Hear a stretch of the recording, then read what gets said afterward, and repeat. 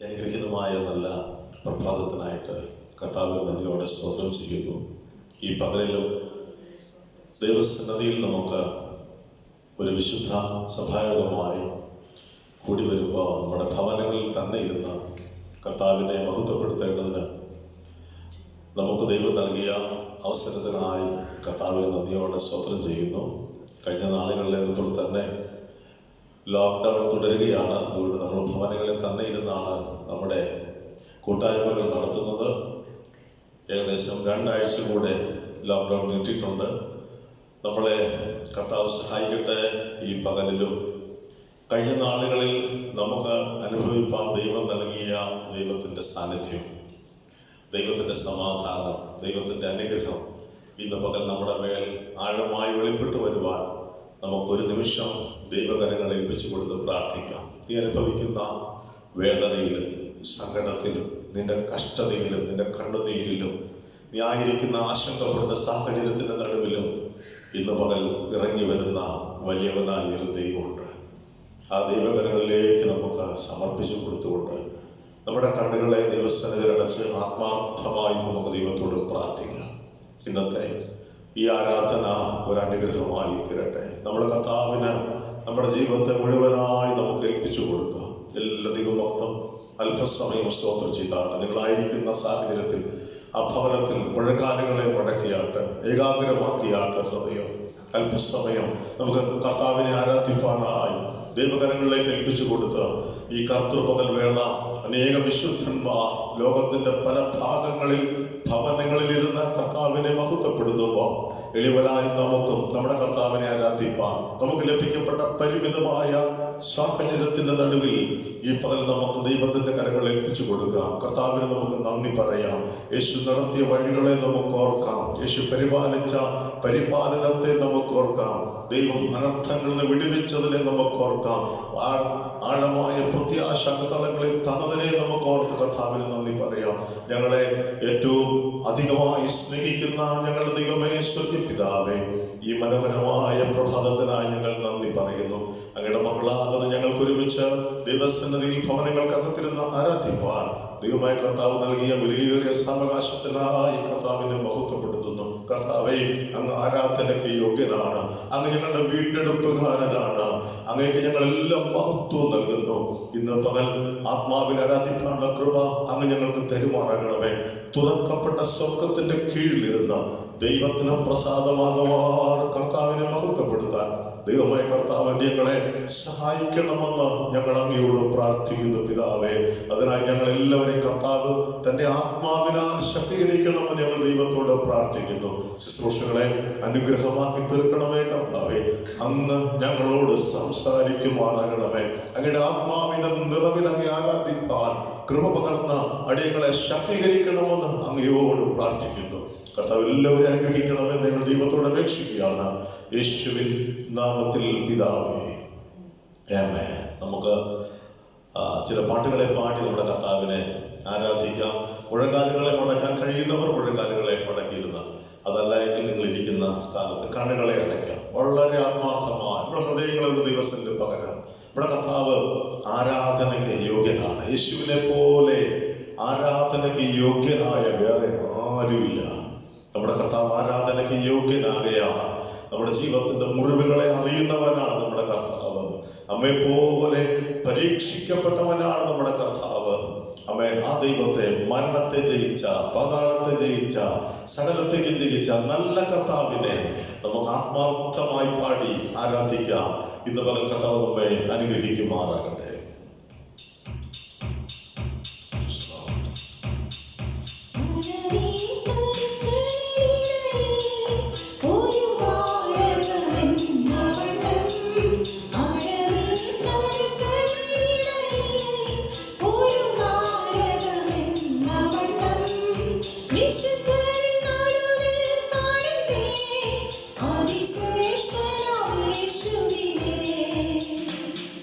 Miss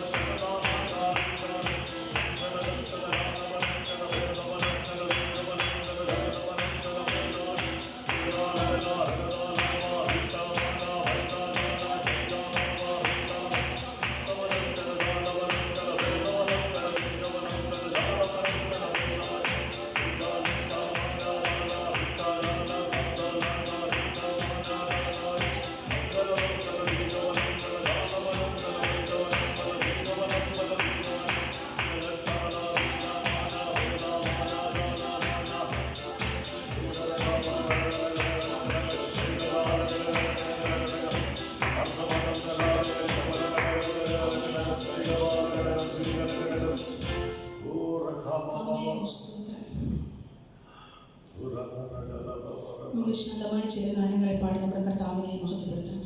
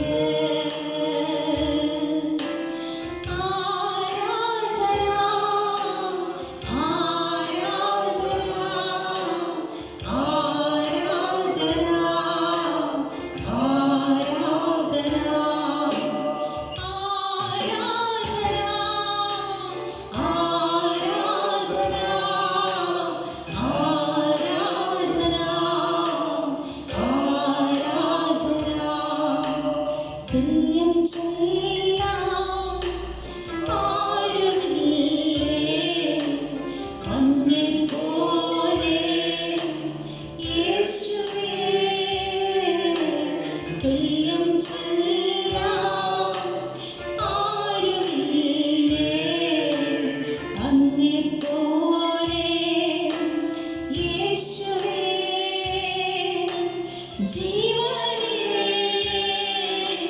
സ്വന്തമേ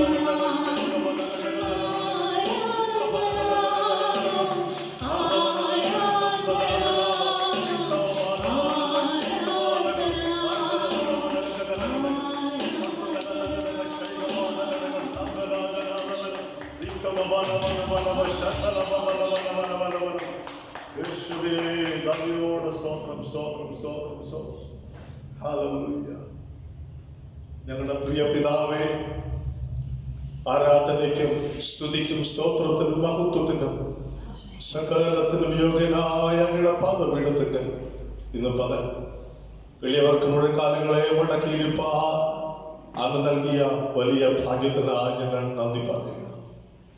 ചെയ്ത എല്ലാ നന്മകൾക്കുമായി ഞങ്ങൾ തമ്പുരാനെ മഹത്വപ്പെടുത്തുന്നു. ഓരോ പ്രിയ മക്കളും ആയിരിക്കുന്ന ഇടത്ത്, മുഴങ്കാലുകളെ മടക്കിയിരിക്കുന്ന ഇടത്ത് അങ്ങയുടെ സാന്നിധ്യത്തെ നൽകി ഇന്ന് പകൽ അവിടുന്ന് അനുഗ്രഹിക്കണമേ, ശക്തീകരിക്കണമേ കർത്താവേ. അങ്ങ് അങ്ങയുടെ വചനത്തിൽ കൂടെ ഞങ്ങളോട് സംസാരിക്കുവാനാകണമേ കർത്താവേ. ഞങ്ങളുടെ മുറിവുകളെ കെട്ടണമേ, ഞങ്ങളുടെ തെറ്റുകളെ തിരുത്തണമേ. ഞങ്ങളെ ഏറ്റവും സ്നേഹിക്കുന്നത് അങ്ങാകയാൽ, ഞങ്ങളെ ഏറ്റവും അറിയുന്നത് അങ്ങാകയാൽ അങ്ങയുടെ ശബ്ദം അങ്ങയുടെ തിരുവിഴത്തിൽ കൂടെ ഞങ്ങൾക്ക് തരണമേ കർത്താവേ. ഞങ്ങളെ ധൈര്യപ്പെടുത്തണമെന്ന് ഞങ്ങൾ ദൈവത്തോട് പ്രാർത്ഥിക്കുന്നു. പാട്ടുകളെ പാടി അങ്ങ് ആരാധിപ്പാൻ അങ്ങ് ഞങ്ങൾക്ക് നൽകിയ മഹാകൃപയ്ക്കായി ഞങ്ങൾ നന്ദി പറയുന്നു. പ്രാർത്ഥന കേട്ടതിന് അതിസ്തോത്രം. യേശു ക്രിസ്തുവിന്റെ നാമത്തിൽ തന്നെ പിതാവേ, ആമേൻ. കർത്താവിന്റെ പരിശുദ്ധമായ നാമം മഹത്വപ്പെടട്ടെ. നമുക്ക് ദൈവസന്നിധിയിൽ ഇന്നും ഇപ്രകാരം ഭവനങ്ങൾക്കകത്ത് കൂടിയിരുന്ന കർത്താവിനെ ആരാധിപ്പാൻ ദൈവം നൽകിയ അവസരത്തിനായി ദൈവത്തെ സ്തുതിക്കുന്നു. ദൈവമേ, കർത്താവ് നമ്മെ അനുഗ്രഹിക്കുമാറാകട്ടെ എന്ന് ആത്മാർത്ഥമായിട്ട് പ്രാർത്ഥിക്കുന്നു. എല്ലാവർക്കും യേശു കർത്താവിൻ്റെ നാമത്തിലുള്ള വാഗ്ദാനത്തെ അറിയിക്കുകയാണ്. നിങ്ങളെല്ലാവരും ക്ഷേമമായിരിക്കുന്നുവെന്ന് ദൈവകൃപയിൽ ആശ്രയിച്ച് വിശ്വസിക്കുകയും പ്രത്യാശിക്കുകയും ചെയ്യുന്നു. നിങ്ങളെ ദൈവം അനുഗ്രഹിക്കുമാറാകട്ടെ. പ്രയാസപ്പെടേണ്ട, നിങ്ങളിരിക്കുന്നിടത്ത് ദൈവത്തിൻ്റെ സാന്നിധ്യം ഇന്ന് പകലുണ്ട്. കർത്താവ് നമ്മളെ അനുഗ്രഹിക്കും. Price the Lord. അല്പനേരത്തെ ദൈവവചന ധ്യാനത്തിനായി വെളിപ്പാട് പുസ്തകം 3-ാം അധ്യായത്തിൻ്റെ 14 മുതലുള്ള വാക്യം വായിക്കുന്നു.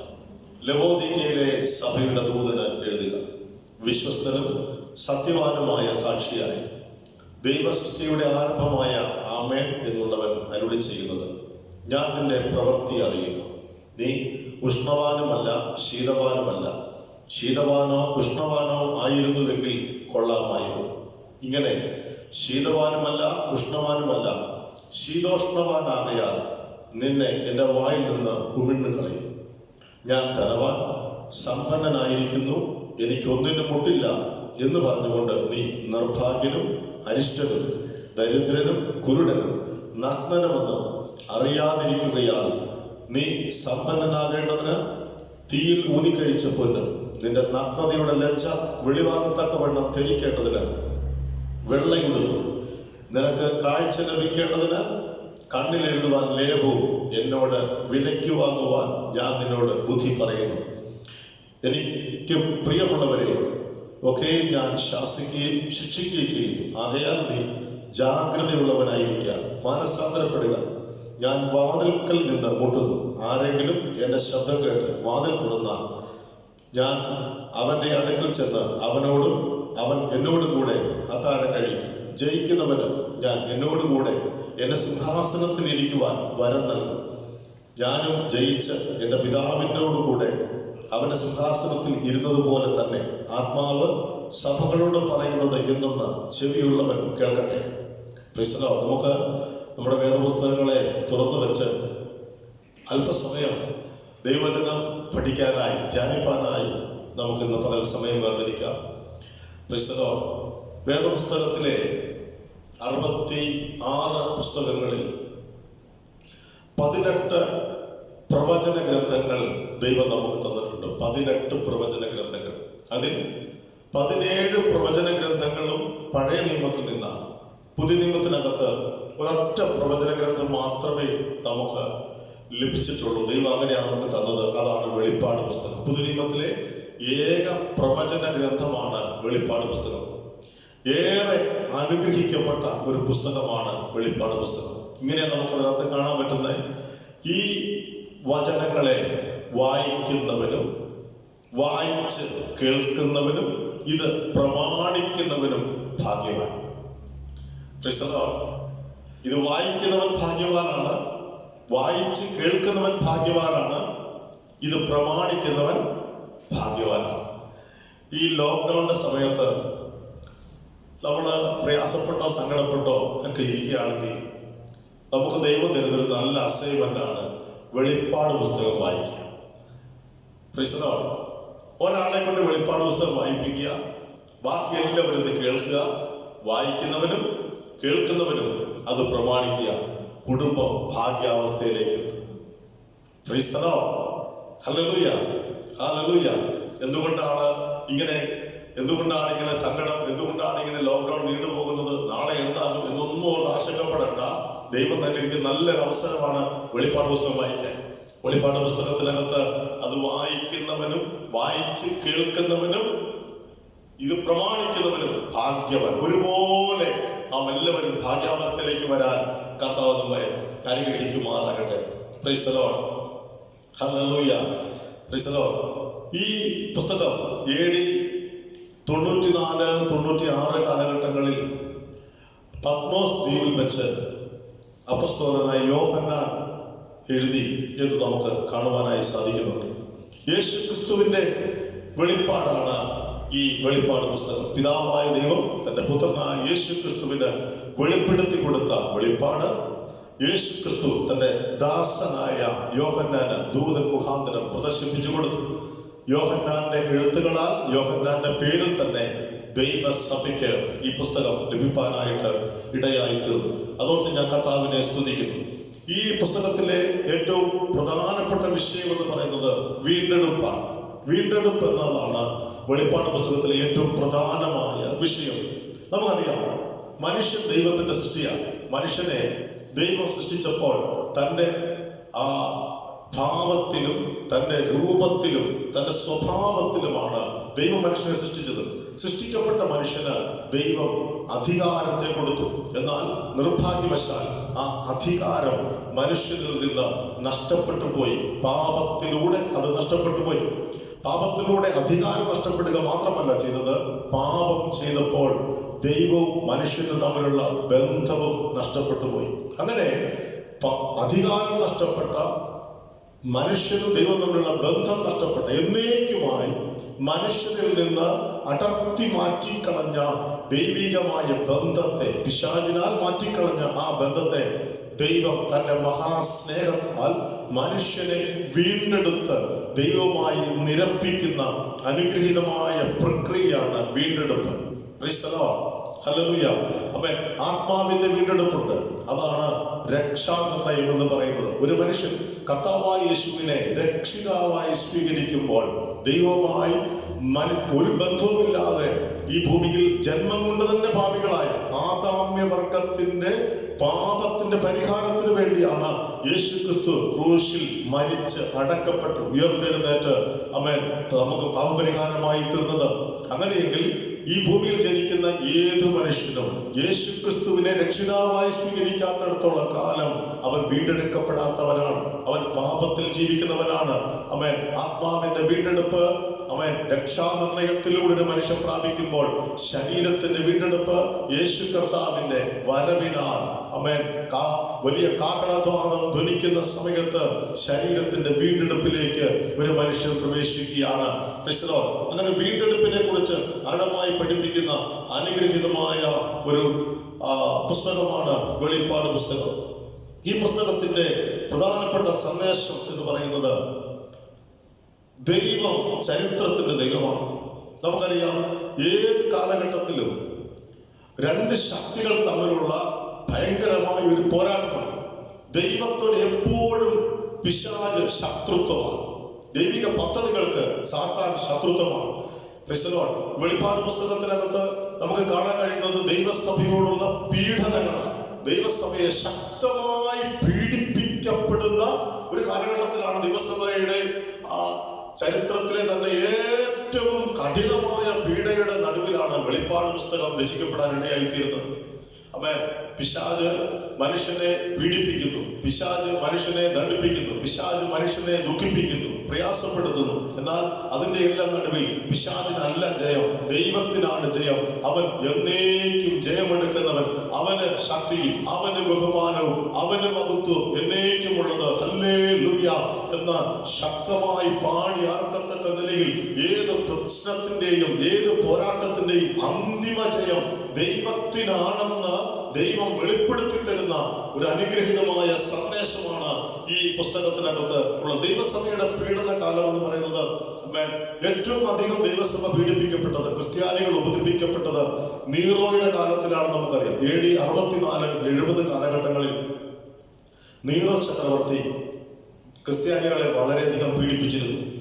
നമുക്കറിയാം, റോമ നഗരം തീയിട്ട് അത് കത്തി ചാമ്പലായിക്കൊണ്ടിരിക്കുമ്പോൾ വീണ വായിച്ച് ഉല്ലസിച്ച ഒരു ചക്രവർത്തിയാണ് നീറോ ചക്രവർത്തി.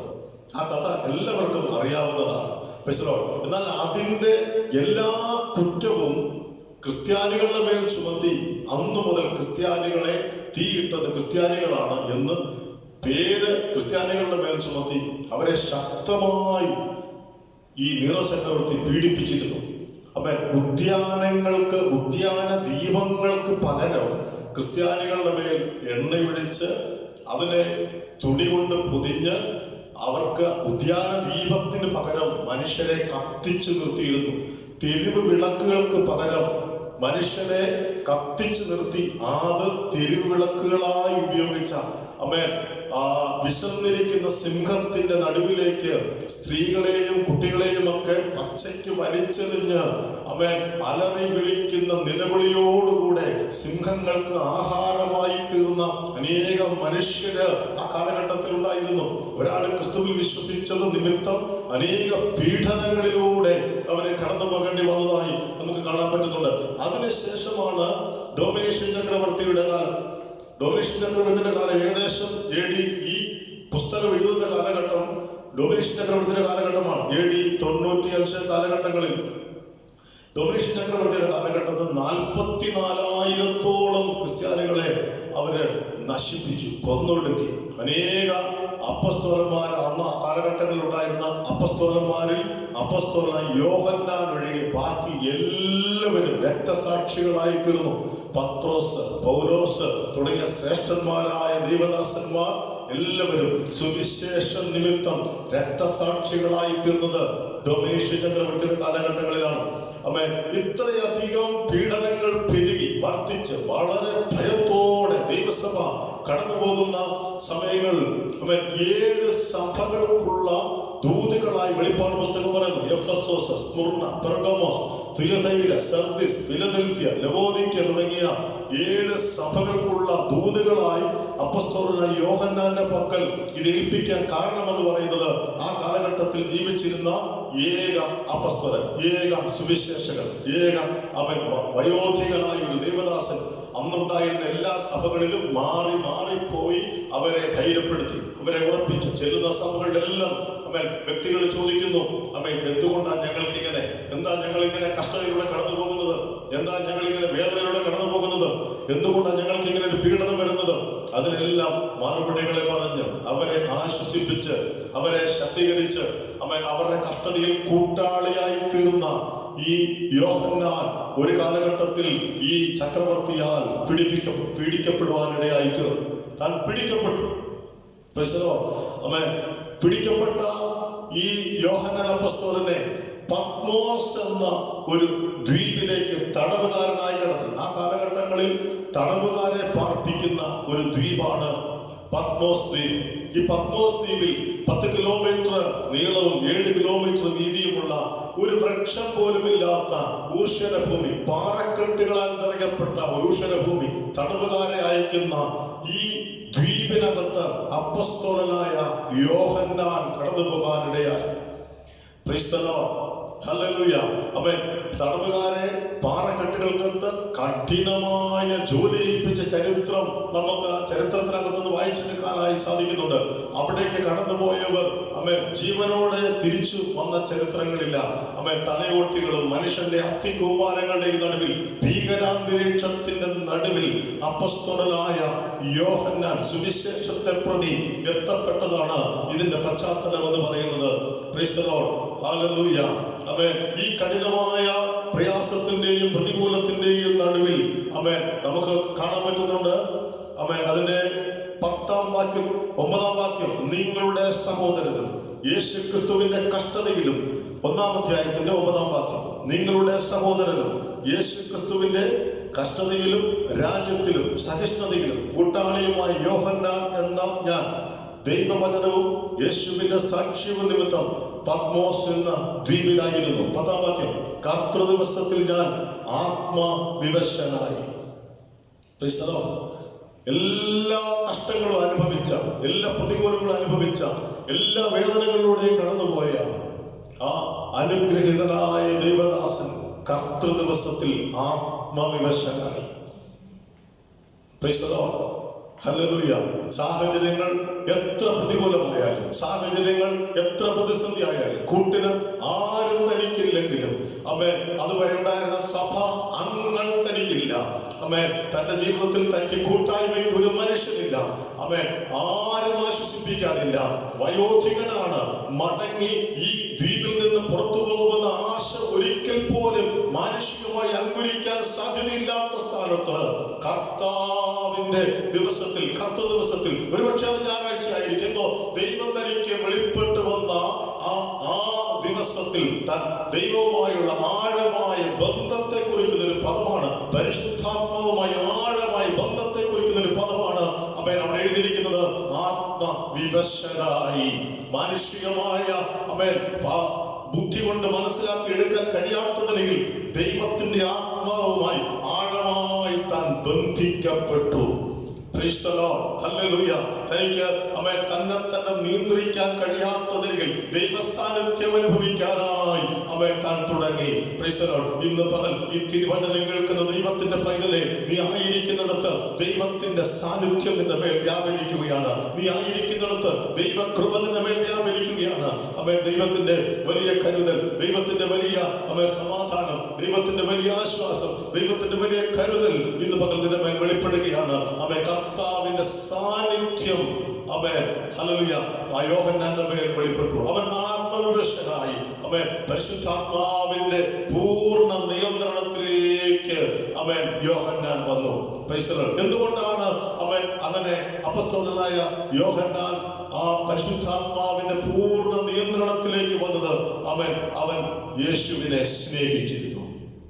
ഏറ്റവും അധികം കർത്താവിനെ സ്നേഹിച്ചിരുന്നു. അവൻ യേശുവിന്റെ സ്നേഹം ഏറ്റവും അധികം അനുഭവിച്ച ഒരു വ്യക്തിയാണ്. അതുകൊണ്ട് സാഹചര്യങ്ങൾ തനിക്ക് വിഷയമല്ല ദൈവത്തെ ആരാധിക്കാൻ. സാഹചര്യങ്ങൾ തനിക്ക് വിഷയമല്ല കർത്താവിനെ ആരാധിപ്പാൻ.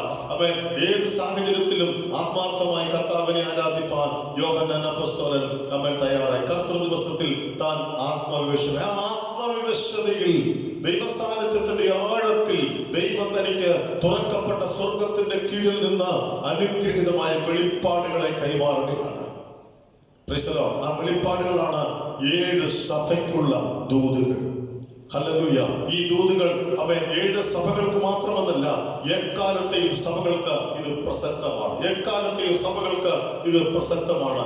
ഇന്നും നാം ജീവിക്കുന്ന ഈ കാലഘട്ടത്തിൽ 2000 വർഷങ്ങൾക്ക് മുമ്പ് ദൈവത്തിന്റെ പരിശുദ്ധാത്മാവ് അവൻ യോഹന്നാന് പ്രദർശിപ്പിച്ചു കൊടുത്ത യേശു ക്രിസ്തുവിന്റെ വെളിപ്പാട് ഇന്നും നമുക്ക് പ്രസക്തമായിരിക്കാൻ ഞാൻ കർത്താവിനെ സ്തുതിക്കുകയാണ്. ഇതിനകത്ത് അവൻ ജീവിതത്തിൽ നല്ല വശങ്ങൾ 7 സഭകൾക്കും അതിൽ 6 സഭകളെ നല്ല വശങ്ങളെ പരിശുദ്ധാത്മാവ് ചൂണ്ടിക്കാണിക്കുന്നുണ്ട്.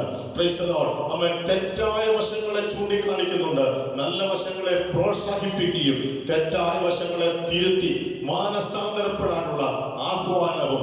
Price the Lord. മാനസാന്തരപ്പെട്ടു കഴിഞ്ഞാൽ ദൈവം ഒരുക്കുന്ന വലിയ നന്മകളെ കുറിച്ചുള്ള മുന്നറിയിപ്പും അവൻ സൂചനകൾ നൽകി അവൻ പ്രത്യാശയെ വർദ്ധിപ്പിക്കുന്ന കർത്താവിന്റെ വരവിന് വേണ്ടി ദൈവസഭയെ ഒരുക്കുന്ന അനുഗ്രഹീതമായ തിരുവഴുത്തിനെ കുറിച്ചുള്ള വെളിപ്പാടുകളാണ് ഈ വെളിപ്പാട് പുസ്തകത്തിൽ രേഖപ്പെടുത്തിയിരിക്കുന്നത്. കർത്താവിന്റെ വരവിന് വേണ്ടി സഭ ഒരുങ്ങുക. Praise the Lord. ഹല്ലേലൂയ. അതാണ് നാം വെളിപ്പാട് പുസ്തകത്തിനകത്ത് കാണുവാനായി കഴിയുന്നത്. ഹല്ലേലൂയ. Praise the Lord. കർത്താവ് നമ്മെ അനുഗ്രഹിക്കട്ടെ. നമ്മൾ വായിച്ച ഈ വേദവാക്യത്തിലേക്ക് നമുക്ക് നമ്മുടെ ചിന്തയെ ഒന്ന് കൊണ്ടുവരാം. ഹല്ലേലൂയ. Praise the Lord. ലവോദിക്യ സഭയുടെ ദൂതന് എഴുതുക. ലവോദിക്യ സഭയുടെ ദൂതന് എഴുതുക. വിശ്വസ്തനും സത്യവാനുമായ സാക്ഷിയായി ദൈവ സൃഷ്ടിയുടെ ആരംഭമായ ആമേൻ എന്നുള്ളവൻ അരുളി ചെയ്യുന്നത്, ഞാൻ നിന്റെ പ്രവൃത്തി അറിയുന്നു. നീ ഉഷ്ണവാനുമല്ല ശീതവാനുമല്ല.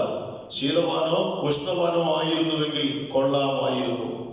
ഇങ്ങനെ ശീതവാനുമല്ല ഉഷ്ണവാനുമല്ല ശീതോഷ്ണവാനാകയാൽ നിന്നെ എന്റെ വായിൽ നിന്ന് ഉമിണ്ണുകളയും. Praise the Lord. ഹല്ലേലൂയ. Praise the Lord.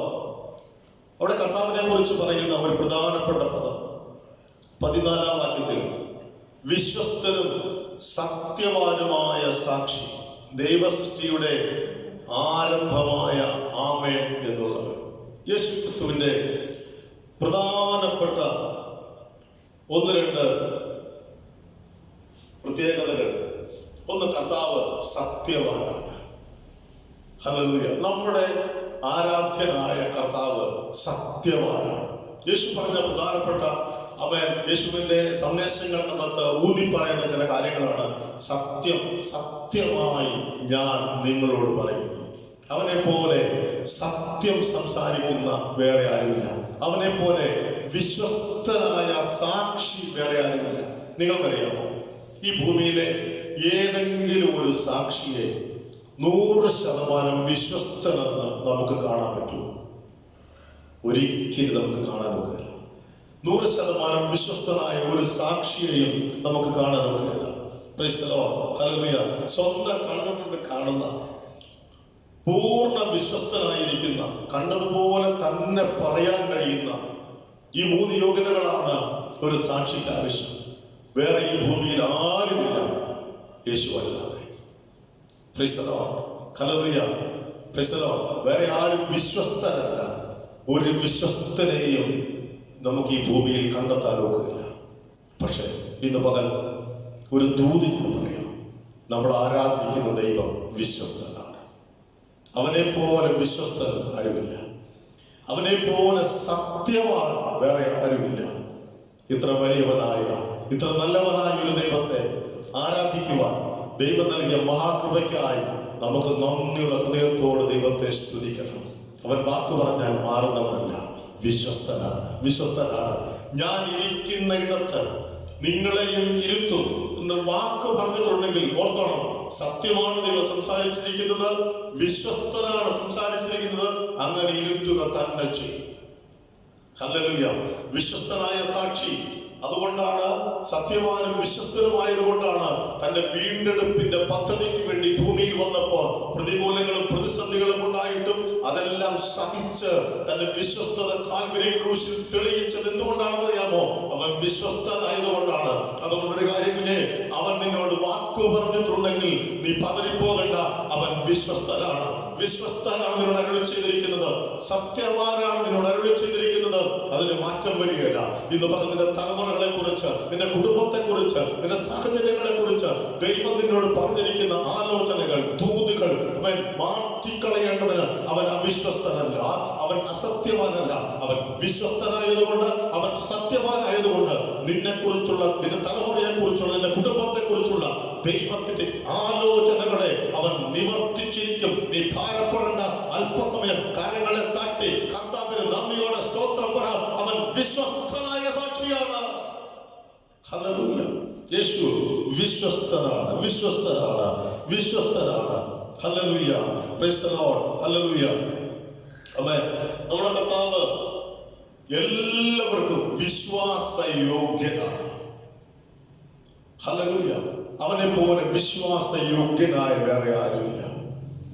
അതോർത്ത് ഞാൻ കർത്താവിന് നന്ദിയോടെ സ്തോത്രം ചെയ്യുന്നു. ആമേൻ. സഭയെ കുറിച്ച് പറയുന്ന ഒരു കാര്യം ഇങ്ങനെയാണ്: നീ ശീതവാനുമല്ല ഉഷ്ണവാനുമല്ല, ശീതോഷ്ണവാനാകയാൽ നിന്നെ എന്റെ വായിൽ നിന്ന് ഉമിഴ്ന്നു കളയും. ഈ രണ്ട് കാര്യങ്ങൾ പറയുമ്പോൾ ലവോദിക്കയ്ക്ക് സമീപമുള്ള ഹിയാനോപോലിസിൽ നിന്ന് പുറപ്പെടുന്ന ഒരു ഉഷ്ണജലവും കൊലോസിൽ നിന്നുള്ള ഒരു ശീതജലവും ഇത് തമ്മിൽ യോജിക്കുന്ന ഒരു ജലസംഭരണി ആ ദേശത്തുണ്ടായിരുന്നു. ഉഷ്ണജലവും ശീതജലവും. ഈ ഉഷ്ണജലത്തിന്റെ പ്രത്യേകത അത് വളരെ സുഖദായകമാണ്. ഉഷ്ണജലം പ്രയാസപ്പെട്ടിരിക്കുന്ന, ശരീരത്തിന് ആയാസപ്പെട്ടിരിക്കുന്ന ഒരു വ്യക്തിക്ക് അത് സുഖദായകമാണ്. എന്ന് പറഞ്ഞാൽ കോൾഡായിരിക്കുന്ന നമുക്കറിയാം, ഇച്ചിരി ചൂടുവെള്ളം കുടിച്ചാൽ തൊണ്ടയുടെ അസ്വസ്ഥത മാറും. അതൊരു സുഖദായകമാണ് ചൂടുവെള്ളം. എന്നാൽ തണുത്ത വെള്ളം അങ്ങനെയല്ല. ചില ആൾക്കാർക്ക് ഈ തണുത്ത വെള്ളം തന്നെ കുടിക്കണം. കുടിക്കരുതെന്ന് പറഞ്ഞാലും അവരിച്ചിരി വെള്ളമെടുത്ത് ഫ്രിഡ്ജിൽ വെച്ച് കുടിക്കും. ആർക്കറിയാം, നിങ്ങൾ പലരും ചിരിക്കുന്നുണ്ട്. അതിന്റെ പിന്നിലെ കാരണം എന്ന് പറയുന്നത് നിങ്ങൾ അങ്ങനെ ആയതുകൊണ്ടാണ്. അതെന്താ കാര്യം? അങ്ങനെ കുടിക്കുന്നത്, വെയിലത്തുനിന്ന് കയറി വന്നാൽ ഇച്ചിരി ചൂടുവെള്ളം കിട്ടിയാൽ നമുക്കൊരു നവോന്മേഷമാണ്. ഹല്ലേലൂയ. എന്നാൽ ഈ ചൂടും തണുപ്പും കൂടെ കൂടി മിക്സായ ഒരു വെള്ളമാണ്. നമ്മുടെ പിതാക്കന്മാരൊക്കെ പണ്ടേ പറയും, വാട്ടവെള്ളം കുടിക്കരുത്. എന്താ വാട്ടവെള്ളം കുടിച്ചാൽ കാര്യം? വാട്ടവെള്ളം കുടിച്ചാലുള്ള പ്രശ്നം കണ്ടീഷൻ മോശമാകും. ഒന്നെങ്കിൽ വോമിറ്റിംഗ് വരും, അല്ലെങ്കിൽ ലൂസ് മോഷൻ. വാട്ടവെള്ളം കുടിക്കുന്നത് നല്ലതല്ല. അപ്പൊ ഒന്നെങ്കിൽ ചൂട് അല്ലെങ്കിൽ തണുപ്പ്. ഇത് രണ്ടും ശരീരത്തിന്റെ വിവിധ നിലകളിൽ നല്ലതാണ്. ഇത് രണ്ടും കെട്ട പരുവം നല്ലതല്ല. ഇതാണ് സഭയുടെ പരുവം. ഒരിക്കലും യോഗ്യമല്ലാത്ത അവൻ ശരീരം പുറന്തള്ളാൻ ആഗ്രഹിക്കുന്ന രീതിയിലേക്ക് ഇവർ പോയി. ദൈവം ആഗ്രഹിക്കുന്നത് അങ്ങനെയല്ല. ദൈവം ആഗ്രഹിക്കുന്നത് അവൻ പ്രയോജനകരമായി തീരണം. ഒന്നെങ്കിൽ ശീതവാനായിരിക്കണം. ശീതവാൻ ഉന്മേഷം പകരുന്നതാണ് അവൻ. ഒന്നെങ്കിൽ ഉഷ്ണവാനായിരിക്കണം. ഉഷ്ണവാൻ അവൻ സുഖദായകനാണ്. കർത്താവിനായി പ്രയോജനപ്പെടാൻ ഈ രണ്ട് നിലകളിലായിരിക്കണമെന്ന് കർത്താവ് ആഗ്രഹിക്കുന്നു. അവരുടെ സാഹചര്യങ്ങളെ അവർക്ക് മനസ്സിലാകുന്ന ആ ലവോദിക്ക സഭ സ്ഥിതി ചെയ്യുന്ന പട്ടണവുമായി ബന്ധപ്പെട്ട് അവർക്ക് മനസ്സിലാകുന്ന രീതിയിലാണ് ദൈവം സംസാരിക്കുന്നത്. ഇന്ന് പകൽ ഞാൻ മനസ്സിലാക്കുന്നു, നാം ആയിരിക്കുന്നിടത്ത് നമുക്ക് മനസ്സിലാകുന്ന രീതിയിലാണ് ദൈവം നമ്മോട് ഇടപെടുന്നത്. അതുകൊണ്ട് നമുക്ക് വളരെ ശ്രദ്ധയോടെ ദൈവസന്നിധിയിലിരിക്കാം. ഹല്ലേലൂയ. അമ്മേ, നമുക്ക് അതിനകത്ത് കാണാൻ പറ്റുന്നുണ്ട് 17ാമത്തെ വാക്യം. ഞാൻ ധനവാൻ സമ്പന്നനായിരിക്കുന്നു, എനിക്കൊന്നിനും മുട്ടില്ല. ഹല്ലേലൂയ. എനിക്കൊന്നിനും മുട്ടില്ല.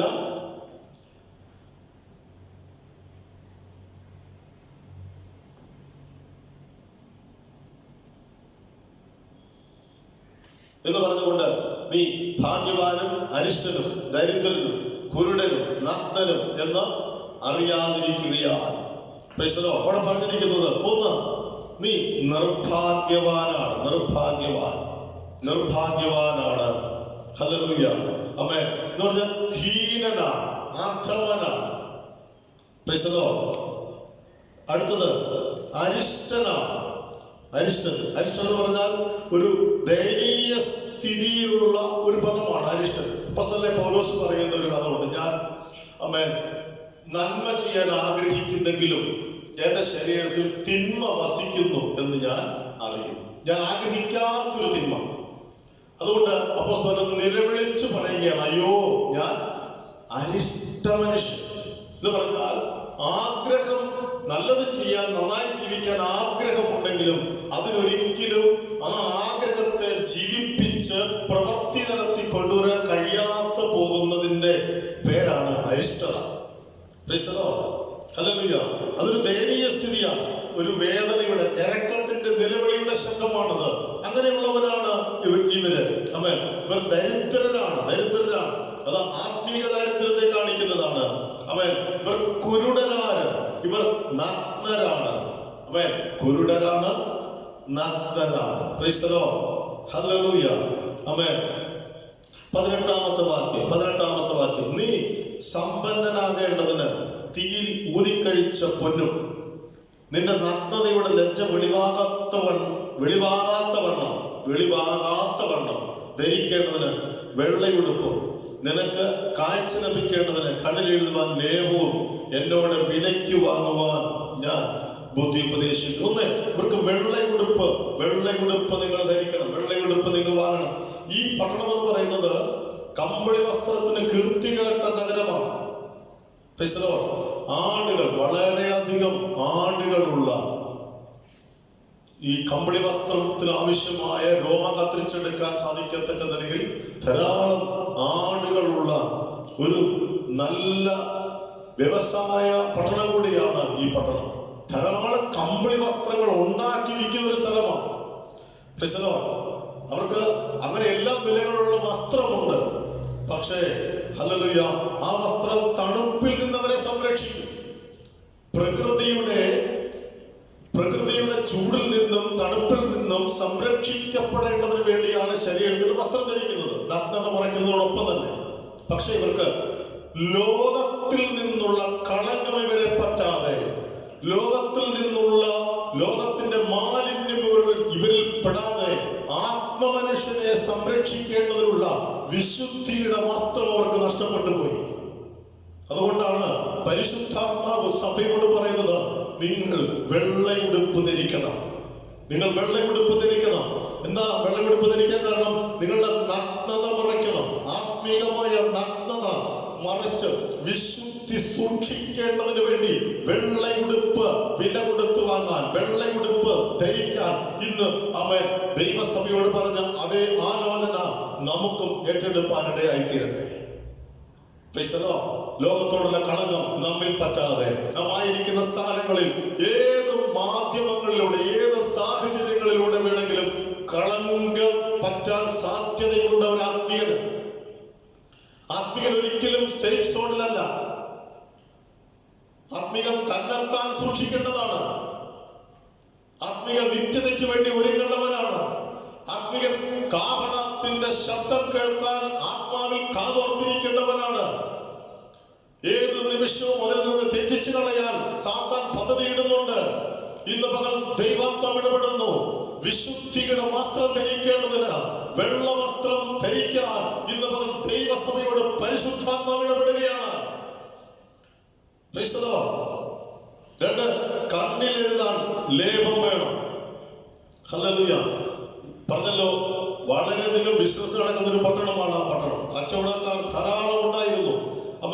അവർക്ക് കണ്ണിൽ എഴുതാൻ കൺമഷി നന്നായി ലഭിക്കുന്ന, വിനിമയം ചെയ്യുന്ന, വ്യാപാരം ചെയ്യുന്ന ഒരു പട്ടണമാണ് ആ പട്ടണം. എന്തിനു വേണ്ടിയിട്ടാണ് കൺമഷി ഉപയോഗിക്കുന്നത്? കൺമഷി ഉപയോഗിക്കുന്നത് ശോഭ വർദ്ധിപ്പിക്കാനാണ്. അല്ലേ? കണ്ണിന്റെ ശോഭ വർദ്ധിപ്പിക്കാനാണ് കൺമഷി ഉപയോഗിക്കുന്നത്. ഇവിടെ കൺമഷിയിടും, ഇവിടെ എല്ലാം കൺമഷിയിടും. ഹല്ലേലൂയ. ഇപ്പൊ കുറെ ദിവസമായിട്ട് ലോക്ക്ഡൗൺ ഒക്കെ ആയതുകൊണ്ട് പല ആൾക്കാരും ഇനി കണ്ടാൽ തിരിച്ചറിയുമോ എന്നുള്ളതൊരു വലിയ വിഷയമാണ്. കോസ്മെറ്റിക് ഐറ്റംസ് ഒന്നും മേടിക്കാൻ പറ്റാത്തത് കൊണ്ട് ഇനി പല ആൾക്കാരെയും തമ്മിൽ കാണുമ്പോൾ ഇത് ആരാണെന്ന് പരിചയപ്പെടുത്തേണ്ടി വരുമോ എന്ന് നമുക്ക് ഒന്ന് ചിന്തിക്കേണ്ടിയിരിക്കുന്നു. അങ്ങനെയൊന്നും ആവാൻ ഇടവരാതിരിക്കട്ടെ. നമുക്ക് ദൈവം തന്ന സൗന്ദര്യം നല്ല സൗന്ദര്യമാണ്. ഹല്ലേലൂയ. അവൻ ഇവര് നന്നായി കോസ്മെറ്റിക് ഉപയോഗിക്കുന്നവരായിരുന്നു. അവൻ കണ്ണിലെഴുതാൻ ലേപം ഇവര് വാങ്ങിയിരുന്നു. ഹല്ലേലൂയ.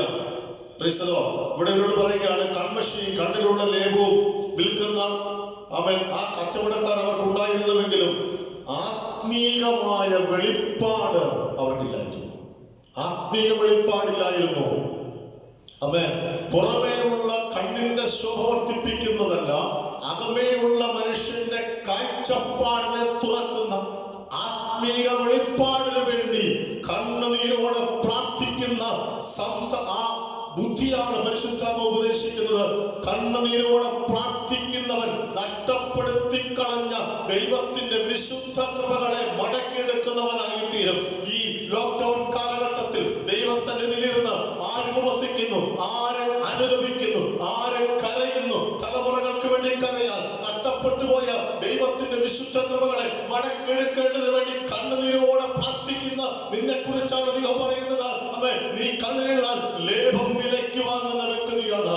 ആത്മാവിൽ ശോഭിക്കേണ്ടതിന് വേണ്ടി, ആത്മാവിൽ എഴുന്നേൽക്കേണ്ടതിന് വേണ്ടി ഒരു കാലഘട്ടത്തിൽ ആത്മാവ് നിന്നെ ഉപയോഗിച്ചതാണ്. വീണ്ടും നിന്നെ ശക്തമായി തമ്പുരാൻ കരങ്ങൾ ഉപയോഗിക്കേണ്ടതിന് വേണ്ടി ഇന്ന് പകൽ കണ്ണിലെഴുതാൻ ലേപം കണ്ണുനീരോടെ പ്രാർത്ഥിക്കുന്ന അനുദപിക്കുന്ന അവസ്ഥയിലേക്ക് ആത്മാവ് നിന്നെ മടക്കി വിളിക്കുകയാണ് ഈ പദവി.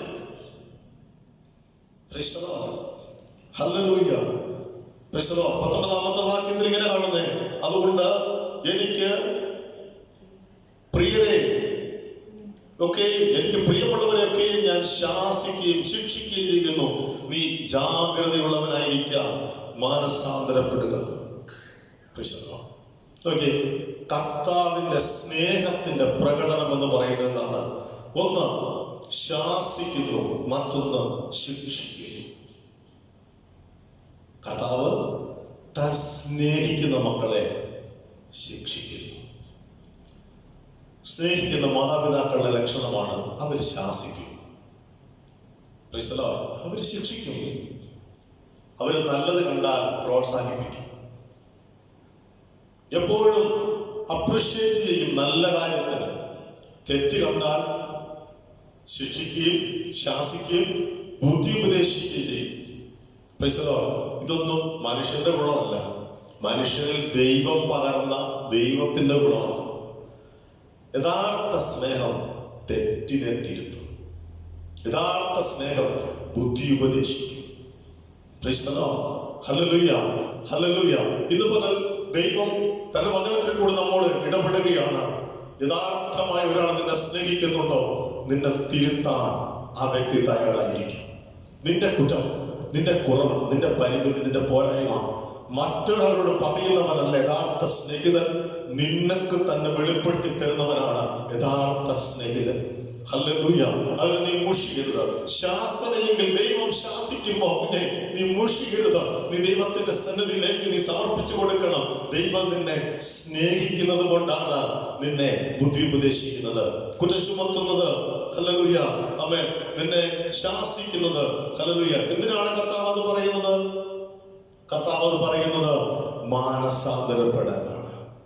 തെറ്റുണ്ടെങ്കിൽ മാനസാന്തരപ്പെടണം, മാനസാന്തരപ്പെടണമെന്ന് കർത്താവ് ആഗ്രഹിക്കുന്നു. 20ാമത്തെ വാക്യത്തിൽ ഇങ്ങനെയാണ് നമ്മൾ വായിക്കുന്നത്, ഞാൻ വാതിൽക്കൽ നിന്ന് മുട്ടുന്നു. എന്തിനാ വാതിൽക്കൽ നിന്ന് മുട്ടുന്നേ? കർത്താവ് ആ സഭയ്ക്ക് അകത്ത് നിന്ന് വെളിയിൽ പോയത് അവരറിഞ്ഞില്ലെന്നുള്ളതാ സത്യം. അവരെ ഭൗതികമായ നന്മയിൽ, ഭൗതിക സാഹചര്യങ്ങളിൽ വളരെ തിരക്കായി, അവർക്ക് ഭയങ്കര തിരക്കായി. അതുകൊണ്ട് ആത്മീക നന്മകളുടെ ചോർച്ചകളെ ലവോദിക്ക സഭ തിരിച്ചറിഞ്ഞില്ല. ഈ തിരക്കിനിടയിൽ നമുക്കറിയാം, യേശുവിന്റെ മാതാപിതാക്കളുമായി ആരാധനയ്ക്ക് വേണ്ടി യെരൂശലേമിലേക്ക് പോയ യാത്രയിൽ അവര് ആ യാത്രാ മധ്യേ അവരുടെ മാതാപിതാക്കളുടെയും സഹോദരങ്ങളുടെയും എന്ന് പറയുന്ന ബന്ധുക്കളുടെയും കൂടെ നിന്ന് യേശു നഷ്ടപ്പെട്ടു പോയത് അവരറിഞ്ഞില്ല. അവര് 3 നാൾ യാത്ര ചെയ്തതിന് ശേഷമാണ് തിരിച്ചറിയുന്നത് ഞങ്ങളുടെ കൂടെ യേശുവില്ല. Praise the Lord. ഹല്ലേലൂയ. പലരും അങ്ങനെയാണ്. തിരക്കുള്ള യാത്ര, സംസാരിക്കാൻ പല കാര്യങ്ങൾ, ഇടപെടാൻ പല വ്യക്തികൾ, വിഷയങ്ങൾ ഒരുപാടുണ്ട് സംസാരിക്കാൻ. ഒരു യാത്ര പോകുമ്പോൾ ഒരുപാടില്ലേ വിഷയങ്ങൾ സംസാരിക്കാൻ. ഇന്നും അങ്ങനെ ഒത്തിരി തിരക്കാണ്. തമ്മിലൊക്കെ ആരംഭ കാലഘട്ടങ്ങളിൽ ഒരാള് 2 ഭക്തന്മാരെ തമ്മിൽ കാണുമ്പോൾ അവര് പറഞ്ഞിരുന്നത് മാറാനാഥ, നമ്മുടെ കർത്താവ് വേഗം വരുന്നുവെന്ന. Praise the Lord. ഹല്ലേലൂയ.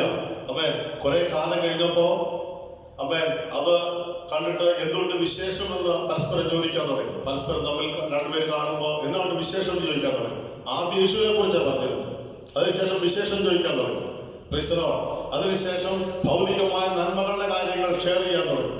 Praise the Lord. അതിനുശേഷം ആദ്യം കാണുമ്പോൾ ഇപ്പൊ എങ്ങനെയുണ്ട്, പ്രഷറാണോ, ഷുഗർ ഉണ്ടോ, പ്രഷർ ഉണ്ടോ, എങ്ങനെയുണ്ട് ശരീരത്തിൽ എന്ന് ചോദിക്കാൻ തുടങ്ങി. എന്ന് പറഞ്ഞാൽ ഓരോ കാലഘട്ടങ്ങൾക്കനുസരിച്ച്, സാഹചര്യങ്ങൾക്കനുസരിച്ച് തമ്മിൽ കാണുന്ന വിശുദ്ധന്മാരുടെ സംസാര വിഷയങ്ങൾ മാറി വന്നു. Price the Lord. എന്താ കാര്യം?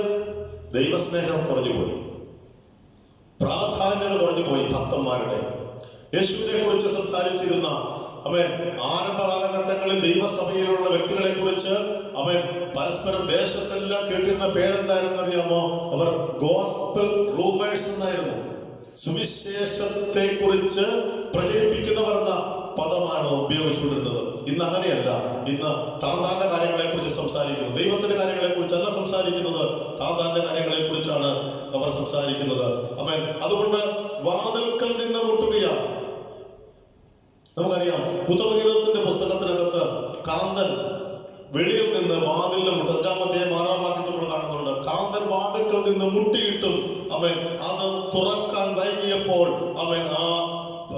കാന്ത വാതിൽ തുറക്കാൻ വൈകിയപ്പോൾ കാന്തൻ അവിടുന്ന് പൊയ്ക്കളയുന്ന ഒരു ചിത്രം നമുക്ക് കാണാൻ പറ്റുന്നുണ്ട്.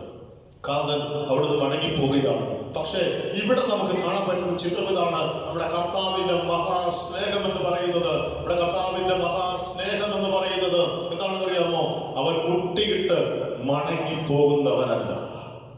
യേശു വാതിൽക്കൽ നിന്ന് മുട്ടിയിട്ട് മടങ്ങിപ്പോകുന്നവനല്ല. അവൻ വാതിൽക്കൽ മുട്ടിക്കൊണ്ട് വെയിറ്റ് ചെയ്യുകയാണ്. എന്തിനാണ്? നീ ആ മുട്ടലിന്റെ ശബ്ദം കേൾക്കുന്നത് വരെ, നിന്റെ വാതിൽ നീ തുറന്നു കൊടുക്കുന്നത് വരെ അവൻ വാതിൽക്കൽ നിന്ന് മുട്ടുന്നു. എന്തിനാണെന്ന് അറിയാമോ അവൻ വാതിൽക്കൽ നിന്ന് മുട്ടുന്നത്? ഇങ്ങനെയാ നമ്മള് വായിക്കുന്നത്. വാതിൽ തുറന്നാൽ, ആരെങ്കിലും എന്റെ ശബ്ദം കേട്ട് വാതിൽ തുറന്നാൽ ഞാൻ അവന്റെ അടുക്കൽ ചെന്ന് അവനോടും അവൻ എന്നോടും കൂടെ അത്താഴം കഴിക്കും. Price the Lord. ഹല്ലേലൂയ.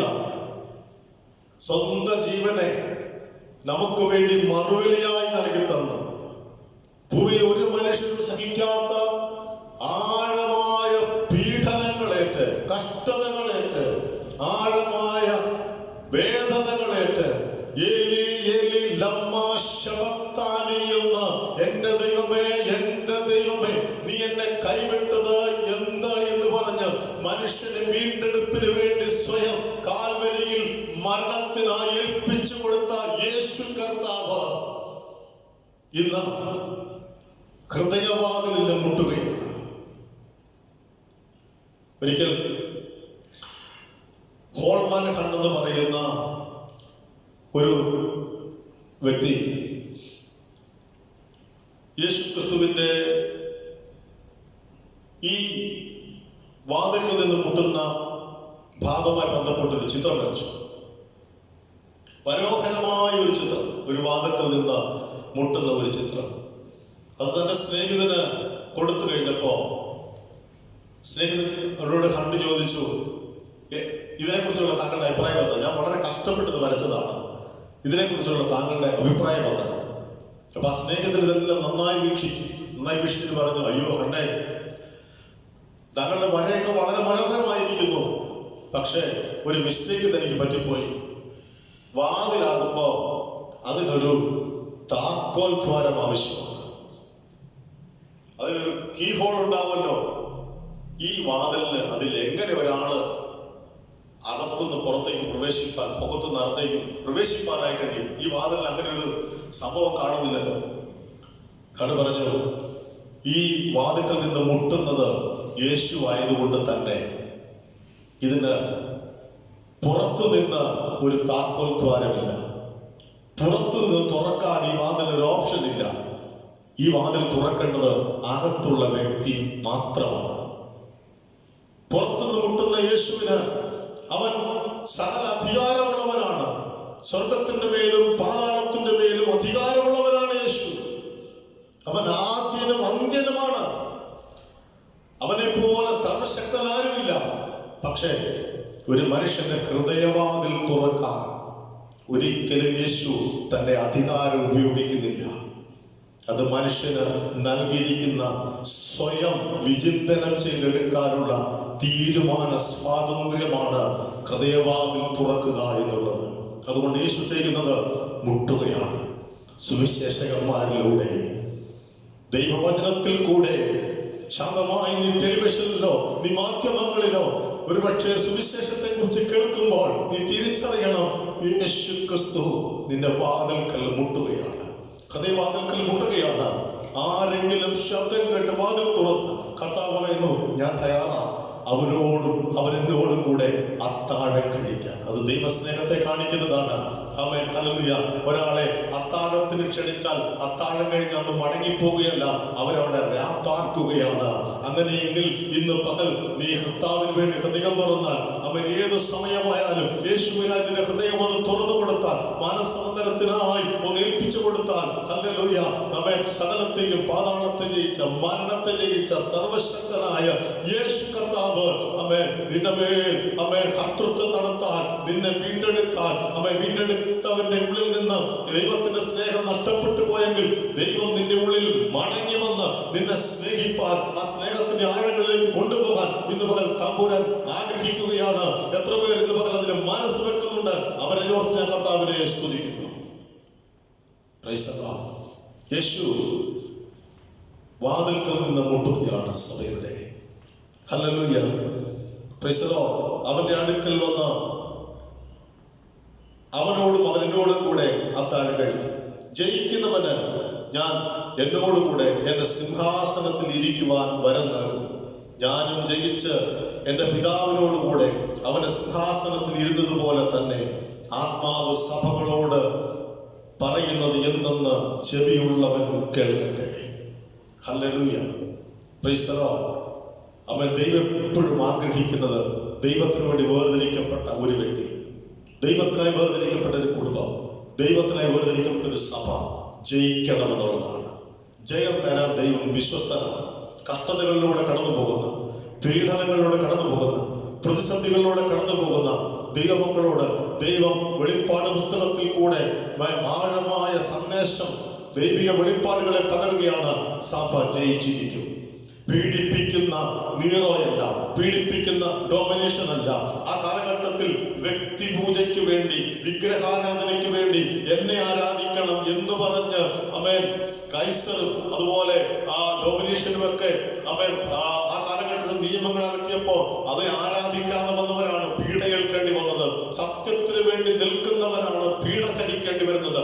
പ്രമാണത്തിന് വേണ്ടി നിൽക്കുന്നവരാണ് വേദന ഏൽക്കേണ്ടി വരുന്നത്. പ്രമാണത്തിനും വിശുദ്ധിക്കും ദൈവത്തിനനുസരിച്ച് ആരാധനയ്ക്കും വേണ്ടി വേർതിരിയപ്പെട്ടവരാണ് ഈ ലോകത്തിൽ കഷ്ടമുള്ളത്. തിരിച്ചറിഞ്ഞോണം, ദൈവം നിങ്ങളുടെ ജീവിതത്തിൽ ഇത് തിന്മയ്ക്കല്ലാക്കുന്ന അന്തിമ ജയം ദൈവസഭയ്ക്ക് ദൈവം തരും. അന്തിമ ജയം കർത്താവിന് വേണ്ടി നിന്നവന് കർത്താവ് കൊടുക്കും. അവൻ ജയിക്കുന്നവനായി തീരും. ഈ വെളിപ്പാട് പുസ്തകത്തിൽ പറയുന്നു, അവൻ കുഞ്ഞാടിന്റെ കല്യാണം വന്നുവല്ലോ. കഷ്ടതയിലൂടെ കടന്നു പോകുന്ന, പീഡനത്തിൽ കൂടി കടന്നു പോകുന്ന, പ്രതിസന്ധിയിൽ കൂടി കടന്നു പോകുന്ന ഒരു സാധ്യതയും മുമ്പിൽ ഇല്ലാത്ത ദൈവസഭയുടെ കല്യാണം വന്നുവല്ലോ എന്ന് പറഞ്ഞാൽ നിശ്ചയിക്കപ്പെട്ട കല്യാണം, നിശ്ചയിക്കപ്പെട്ട സമയത്ത് നടക്കുന്ന ഒരു പ്രവൃത്തി. ഏത് പ്രതിസന്ധിയായാലും തകർത്ത് കളയാൻ ഉലകത്തിൽ പിശാചിനോ ഒരു മനുഷ്യനോ സാധ്യമല്ല. ദൈവം നിശ്ചയിച്ചത് അങ്ങനെ സംഭവിച്ചിരിക്കും. ഹല്ലേലൂയ. നമുക്കറിയാം, ഈ ലോക്ക്ഡൌൺ പീരീഡിലൊക്കെ ഒരുപാട് കല്യാണങ്ങൾ മാറ്റി, മനുഷ്യന്റെ പല പദ്ധതികൾ മാറ്റി, മനുഷ്യന്റെ എല്ലാ അവൻ ദൈനംദിന ജീവിതത്തിന്റെ റൊട്ടീൻ താറുമാറായി പോയി. ഹല്ലേലൂയ. എന്നാൽ സ്വർഗീയ പിതാവ് നിർണയിച്ചതിൽ ഇന്ന് വരെ തെറ്റുപറ്റിയിട്ടില്ല. അത് പീഡനങ്ങൾക്ക് മാറ്റാൻ കഴിയുന്നതല്ല, പ്രശ്നങ്ങൾക്ക് മാറ്റാൻ കഴിയുന്നതല്ല. ദൈവം നിർണയിച്ചാൽ അവൻ കാന്തയും കാന്തനും തമ്മിലുള്ള വേളി മധ്യാകാശത്തിൽ ദൈവത്തിന്റെ സമയത്ത് തന്നെ നടന്നിരിക്കും. അതിനെ മാറ്റാൻ ഒരു സാഹചര്യത്തിനും സാധ്യമല്ല. ഹല്ലേലൂയ. Praise the Lord. അന്തിമ ജയം ദൈവത്തിന്റെ ഭക്തർക്കാണ്. അന്തിമ ജയം ദൈവത്തിനാണ്. ഹല്ലേലൂയ. അതുകൊണ്ടാണ് ആമേൻ വെളിപ്പാട് പുസ്തകത്തിനകത്ത് എന്നേക്കും മഹത്വമുള്ള കർത്താവിന് സ്തോത്രം ഹല്ലേലൂയ പറഞ്ഞ് ദൈവത്തെ മഹത്വപ്പെടുത്താൻ ഇടയായിത്തീരുന്നത്. ആമേൻ. ഇന്ന് പകൽ ദൈവാത്മാവ് നമ്മെ പ്രത്യാശയിലേക്ക് നടത്തുകയാണ്. ആമേൻ. ദൈവം നിർണയിച്ചതിനെ തകർക്കാൻ ആർക്കും ഒക്കുകയല്ല. ദൈവം നിർണയിച്ചതിനെ തകർത്തുകളെ ആർക്കും ഒക്കുകയല്ല. പക്ഷേ നീ മാനസാന്തരപ്പെടുന്ന മേഖലകളിൽ മാനസാന്തരപ്പെടണം. മടങ്ങി വരേണ്ട മേഖലകളിൽ മടങ്ങി വരണം. ലഭിക്കപ്പെടേണ്ട ആത്മീയ നന്മകളെ നീ പ്രാപിച്ചെടുക്കണം. ദൈവിക പദ്ധതികളിലേക്ക് നീ കരം പിടിച്ച് കയറുവാൻ ഇടയായി തീരണം. അനുദപിക്കണം. കണ്ണുനീരോടെ പ്രാർത്ഥിക്കണം. ദൈവമുള്ള ബന്ധത്തിൽ നീ ജീവിക്കണം. അത് കർത്താവ് ആഗ്രഹിക്കുകയാണ്.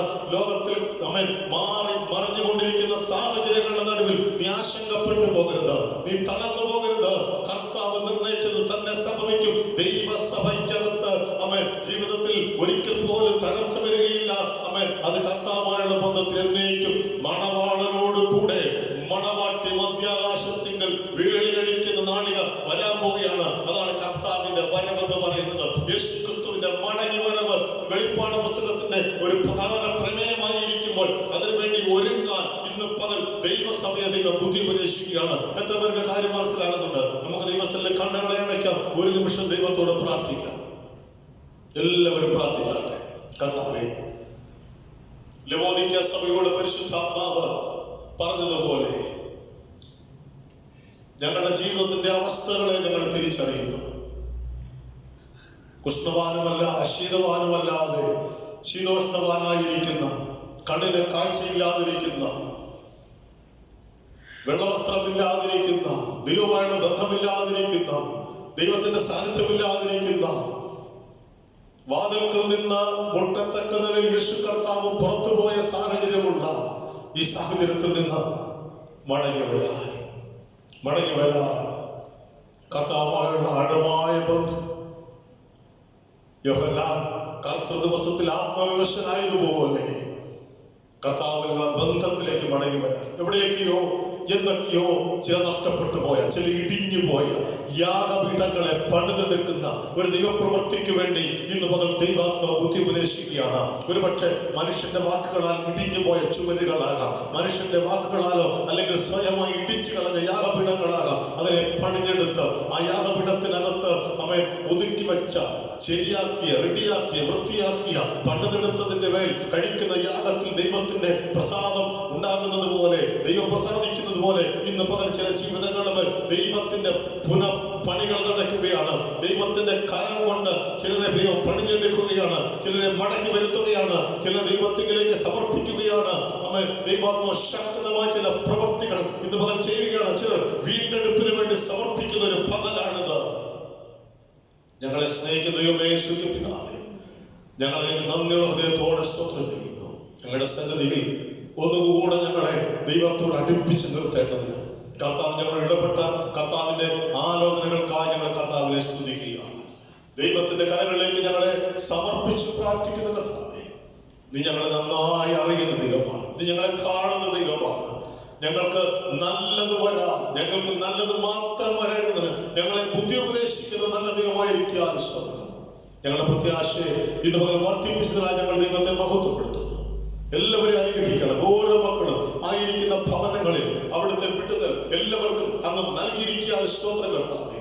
വിശേഷാൽ കൊറോണ വൈറസിനാൽ പ്രയാസപ്പെട്ട് ലോകം മുഴുവൻ ചിതറിക്കിടക്കുക ലോകത്തിലെ എല്ലാ രോഗികൾക്കും വേണ്ടി ഞങ്ങൾ ദൈവത്തോട് പ്രാർത്ഥിക്കുന്നു.